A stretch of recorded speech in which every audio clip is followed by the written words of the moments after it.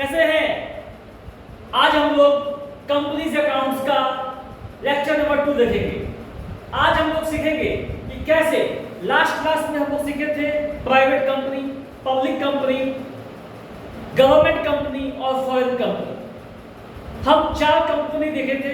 Private company क्या होती है, प्राइवेट कंपनी का फीचर्स, गवर्नमेंट कंपनीज का फीचर्स, पब्लिक कंपनी का फीचर्स और फॉरेन कंपनी का फीचर्स। तो हमें सीखना क्या है, पब्लिक कंपनी सीखना है और पब्लिक कंपनी में कैसे कंपनी इशू करती है शेयर्स, हमको ये जानना है। तो मेरे बच्चों, मेरे प्यारे बच्चों, यहाँ आ जाओ। आज हम लोग सीखने वाले हैं कंपनी अकाउंट्स में कैसे कंपनी शेयर इशू करती है। आपको मैंने कहा था शेयर कैपिटल का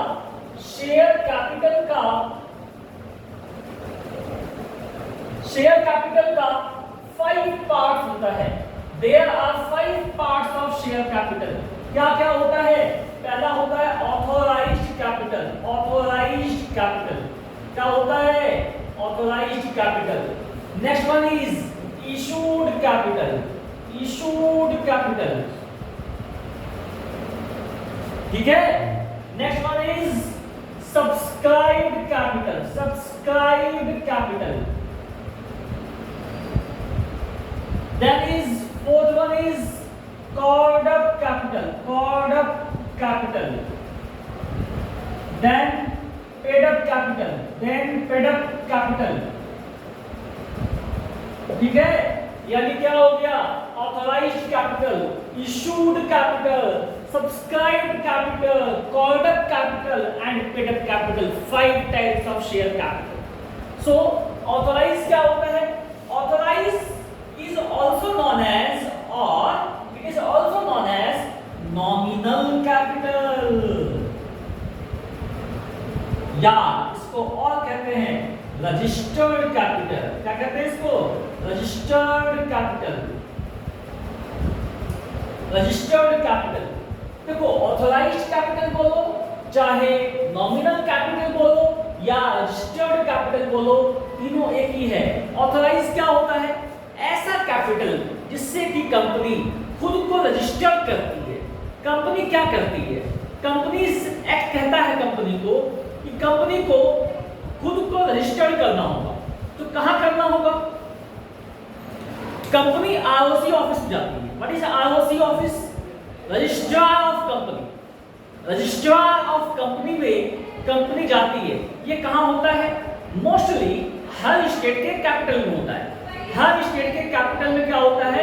रजिस्ट्रार ऑफ कंपनी होता है। सो व्हाट हैपेंड कि जब कंपनी बिहार जैसे है तो बिहार में पटना, तो पटना में जाकर के, या अगर आप देखोगे और कोई अदर स्टेट है, दिल्ली है, तो दिल्ली, वहां पे दिल्ली में जाकर के वह आरओसी होगा, तो आरओसी ऑफिस में जाकर के खुद को रजिस्टर्ड करती है।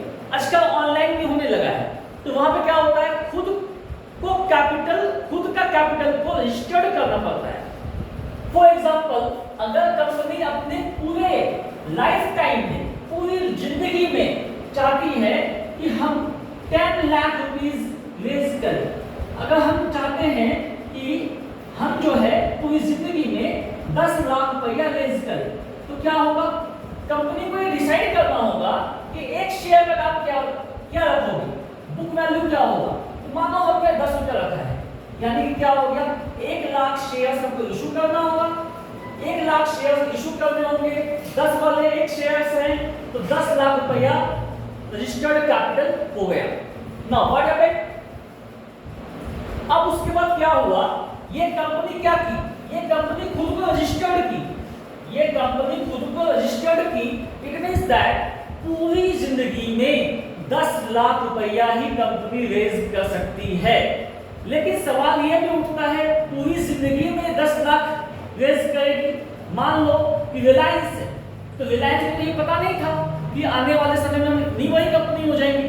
तो फिर तो क्या होता है?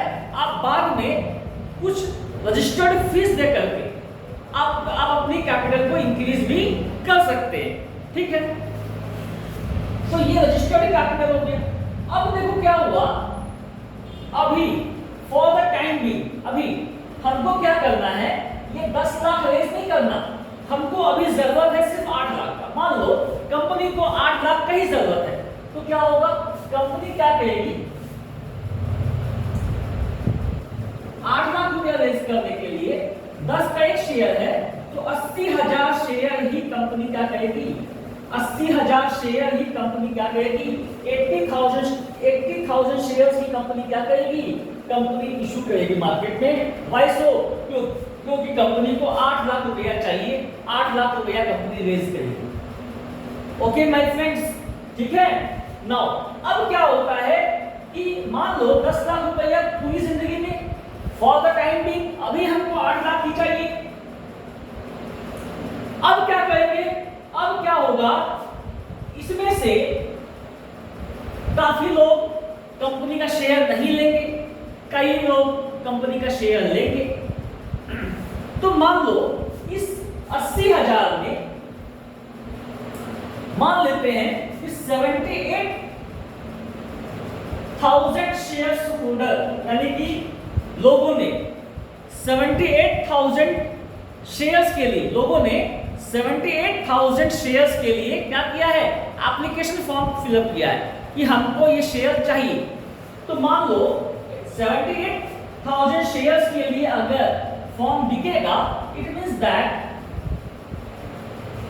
कंपनी के लिए, कंपनी का कितना आ गया, 7,80,000 रुपए आ गए, 7,80,000 रुपीज कंपनी को मिल गए। मिल गए मतलब इन द सेंस अभी मिले नहीं है। तो ऐसे यहाँ समझने वाली बात है, यहाँ पे सब्सक्राइब हुआ है, मतलब इतना शेयर मार्केट में बिक गया, इतना शेयर मार्केट में बिक गया, ठीक है। मतलब कंपनी को लगता है कि इतना पैसा आएगा, ठीक है, मतलब सब्सक्राइब हो गया, इतना शेयर बिक गया। उसमें से क्या हुआ, मान लो उसमें से क्या हुआ, ऑर्डर क्या हुआ, मान लेते हैं कि इस साल के अंत तक कंपनी ने 10 रुपए में से सिर्फ 8 रुपया ही मांगा है। सपोज करो कंपनी ने सिर्फ 8 रुपीज ही मांगा है पर शेयर में, तो क्या होगा, 78,000 इंटू 8 करना होगा, 78,000 इंटू 8 करना होगा। इससे हमको ये मालूम पड़ेगा कि कंपनी कितना मांगा है, कंपनी कितना मांगी है इस साल। तो क्या हो गया, 8 8 का 64, 8 7 का 56, 56 और 6 62। इट मींस दैट कंपनी ने अभी तक 6,24,000 रुपया मांगा है शेयर होल्डर से, 6,24,000 रुपीज शेयर होल्डर से मांगा गया है। उसमें से क्या हुआ, लोगों ने मान लेते हैं कि सिर्फ 5 रुपया ही पेड किया है। मान लो कि लोगों ने 78,000 इंटू 5 इतना ही पेड किया है, तो मतलब एक्चुअल में जो कंपनी के पास पैसा आया वो कितना आया, एक्चुअल में जो कंपनी के पास पैसा आया वो 8 5 जा 40, 4 हाफ का 8 5 7 5 35, 35 और 4 39, यानी कि 3,90,000 रुपया, 3,90,000 रुपीज ही कंपनी के पास पेडअप है, मतलब एक्चुअल में कैश मिला है, इतना ही पैसा उसको मिला है कंपनी को, इससे अधिक पैसा नहीं मिला है।